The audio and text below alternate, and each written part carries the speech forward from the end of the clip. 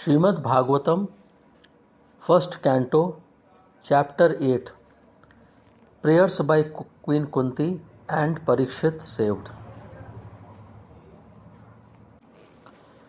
Sud Goswami said, Thereafter the Pandavas, desiring to deliver water to the dead relatives who had desired it, went to the Ganges with Draupadi. The ladies walked in front. Having lamented over them and sufficiently offered Ganges water, they bathed in the Ganges, whose water is sanctified due to being mixed with the dust of the lotus feet of the Lord. There sat the king of the Kurus, Maharaj Yudhishthir, along with his younger brothers and Dhritarashtra, Gandhari, Kuntī and Draupadi, all overwhelmed with grief. Lord Krishna was also there. Citing the stringent laws of the Almighty and their reactions upon living beings, Lord Shri Krishna and the Munis began to pacify those who were shocked and affected.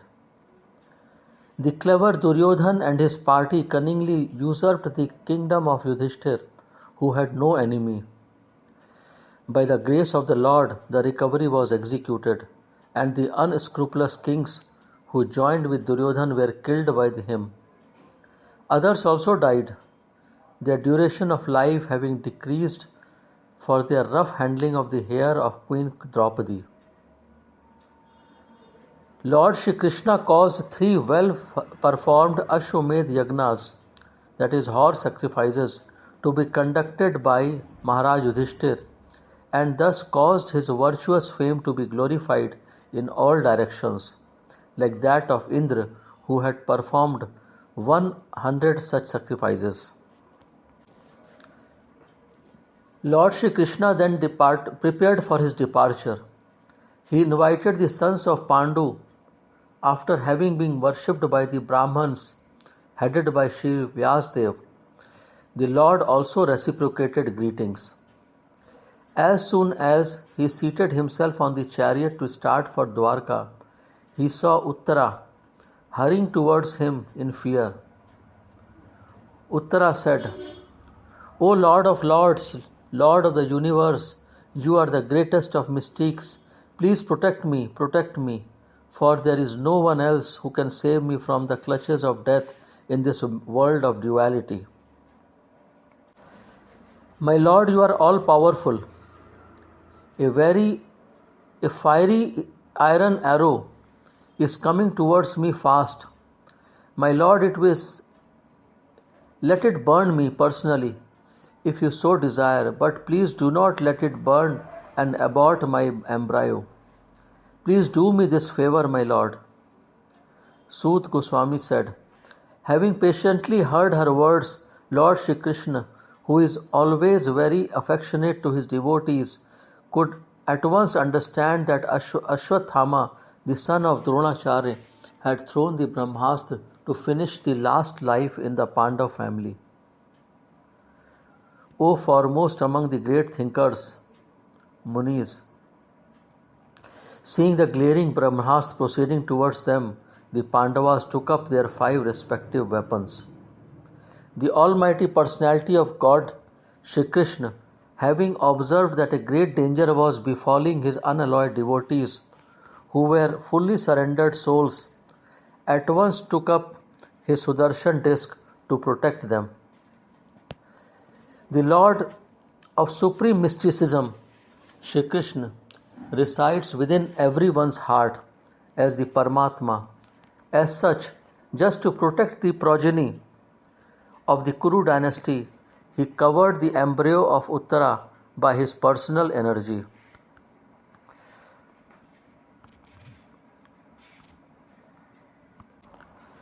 O Shaunak, glory of Bhrigu family, although the supreme Brahmastra weapon released by Ashwatthama was irresistible and without check or counteraction, it was neutralized and foiled when confronted by the strength of Vishnu, that is Lord Shri Krishna. O Brahman, do not think this to be especially wonderful in the activities of the mysterious and infallible personality of God, By his own transcendental energy, he creates, maintains, and annihilates all material things, although he himself is unborn. Thus, saved from the radiation of the Brmhastra, Kuntī, the chaste devotee of the Lord, and her 5 sons and Draupadi addressed Lord Krishna as he started for home. Srimati Kuntī said, O Krishna, I offer my obeisances unto you because you are the original personality and are unaffected by the qualities of the material world. You are existing both within and without everything. Yet you are invisible to all. Being beyond the range of limited sense perception, you are the eternally irreproachable factor covered by the curtain of deluding energy.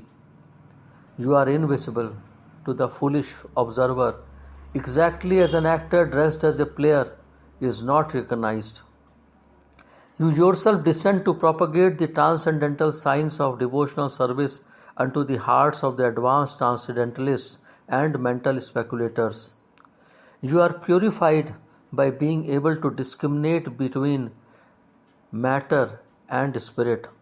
How then can we women know you perfectly? Let me therefore offer my respectful obeisances unto the Lord, who has become the son of Vasudeva, the pleasure of Devaki, the boy of Nand, and the other cowherdmen of Vrindavan, and the enlivener of the cows and the senses. My respectful obeisances are unto you, O Lord, whose abdomen is marked with a depression like a lotus flower, who are always decorated with garlands of lotus flowers, whose glance is as cool as the lotus, and whose feet are engraved with lotuses. O Rishikesh, master of the senses and Lord of lords, you are released your mother Devaki, who was long imprisoned and distressed by the envious king Kans, and me and my children from a series of constant dangers.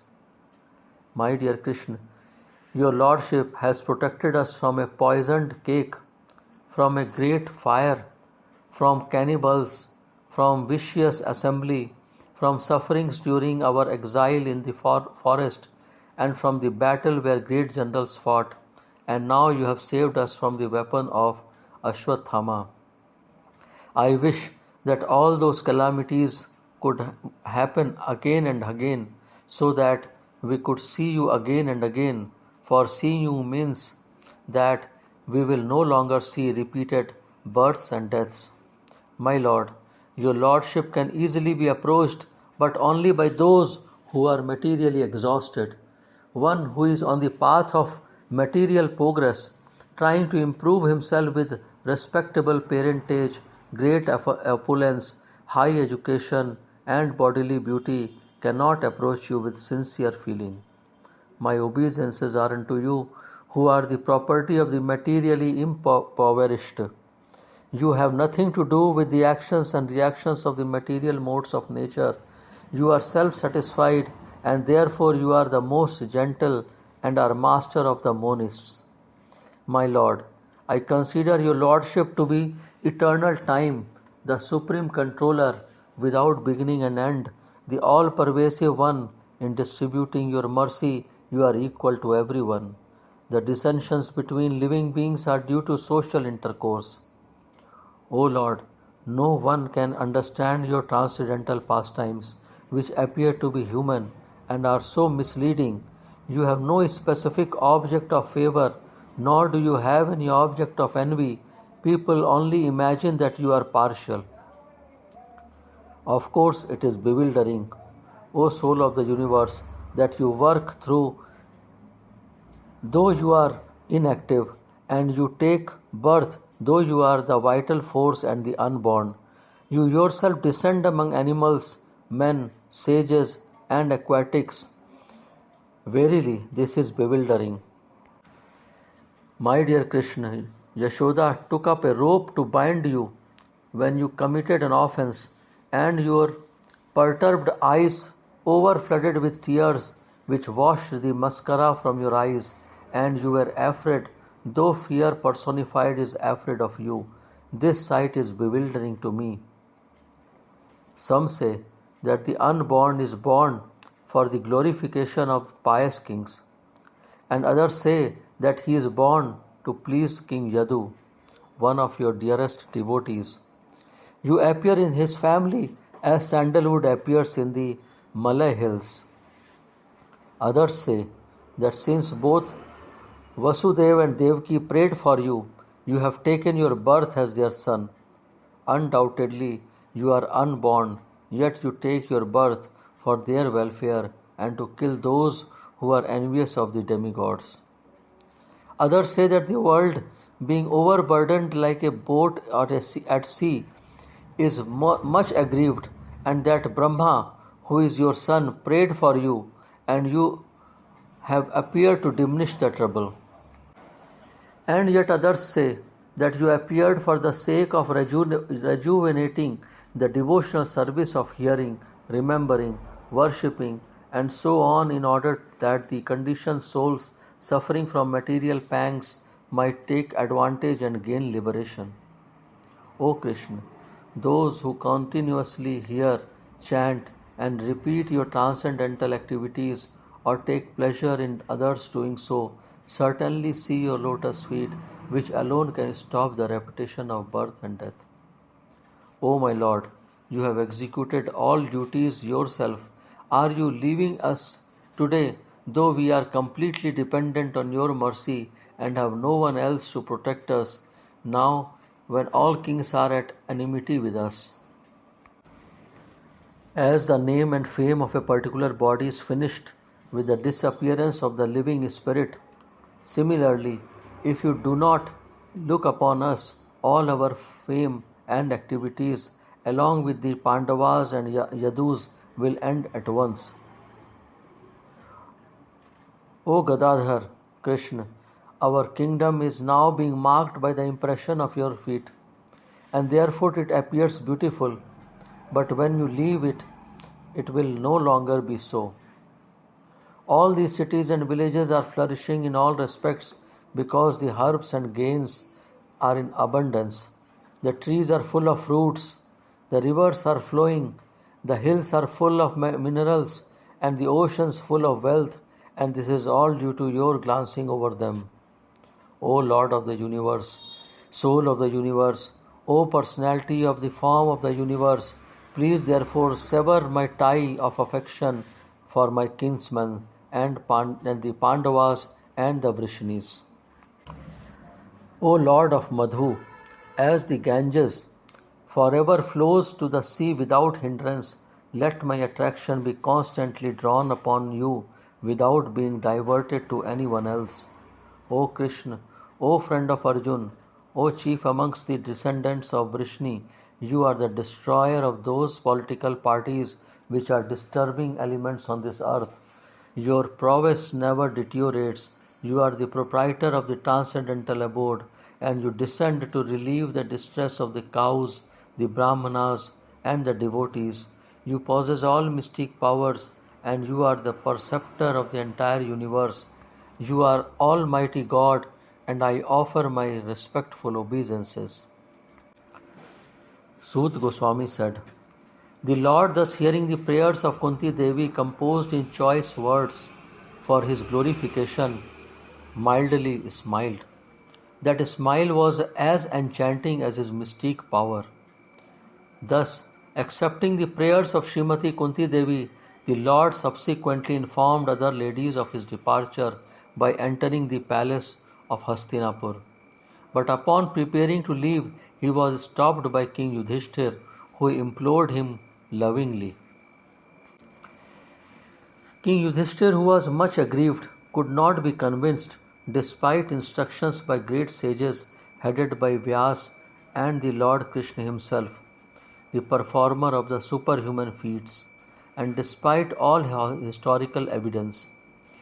King Yudhishthir, son of Dharma, overwhelmed by the death of his friends, was aggrieved just like a common materialistic man.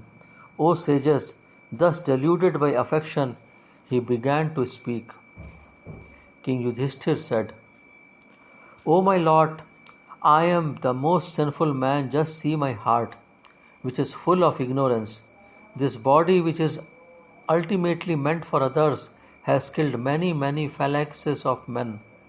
I have killed many boys, Brahmans, well-wishers, friends, parents, preceptors, and brothers. Though I live millions of years, I will not be relieved from the hell that awaits me for all these sins. There is no sin for a king who kills for the right cause, who is engaged in maintaining his citizens, but this instruction is not applicable to me. I have killed many friends of women, and I have thus caused enmity to such an extent that it is not possible to do it by material welfare work. As it is not possible to filter muddy water through mud or purify a wine-stained pot with wine, it is not possible to counteract the killing of men by sacrificing animals. Thus end the Bhaktivedanta purports of Shrimad Bhagvatam, first canto, chapter 8, prayers by Queen Kuntī and Parīkṣit Saved.